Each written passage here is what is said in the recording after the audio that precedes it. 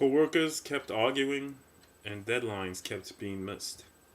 We all know in the operational world something was wrong.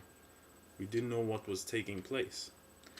A problem existed, but no one knew what it was. Everything was going wrong.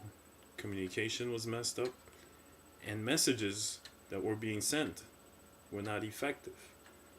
When we researched the problem, we realized that behind all of this was communication.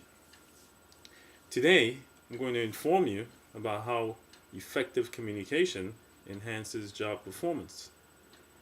We're going to look at the different forms of communication, what is effective communication, and problems that occur when ineffective communication happens.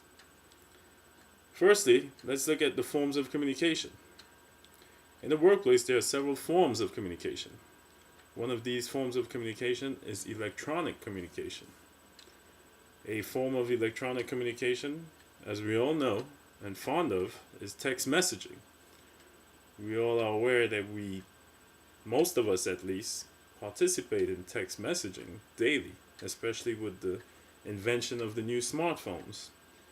And then there's the notorious emails that we all have to check daily or sometimes even hourly to make sure that we receive messages from our superiors. Also, there's face-to-face communication. When you think about face-to-face communication, this can occur between peer-to-peer communication and also with leadership communication. In peer-to-peer communication, it can just be amongst friends or amongst each other, just communicating to get the job done, not necessarily friends. In leadership communication, it could be leaders passing on communication to subordinates. Then there's communication between supervisors and subordinates, where supervisors give direction to subordinates about how to carry out a job or to perform a task. Communication can also be written communication, where we see letters, memorandums, or instructions. Now that we know the various types of communication, let's look at what is effective communication. Effective communication must be clear and precise. The messages must be accurate. To do this, you have to review all documents before they are sent. And the delivery of the message must be at the right time. You don't want to communicate too early or too late about certain processes or events where the whole mission or the organization can be affected. Now that I've painted a clear picture for you, we'll take a look at what problems can occur when ineffective communication occurs. Basically, communication is going wrong with ineffective communication. Processes can be delayed and production flaws can take place in the workplace.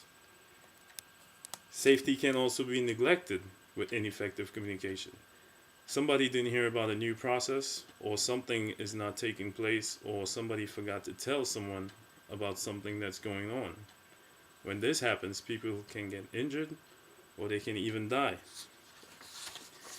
Then we have to take a look at written messages. If the message is not written precisely or clearly, people may not understand it, and therefore the communication will be ineffective and time will be wasted, or people have to redo the message and clarify what needs to be taking place. So that is ineffective communication. Today we looked at the forms of communication, what is effective communication, and what can take place when ineffective communication is practiced. As we have seen, ineffective communication can disrupt and even cause injury in the workplace. The practice of effective communication is essential in maintaining productivity and enhancing the work environment. We should all strive to communicate effectively. Just think about it. If we don't strive to communicate effectively, we'll have ineffective communication and people can actually lose their lives. Thank you and have a good day.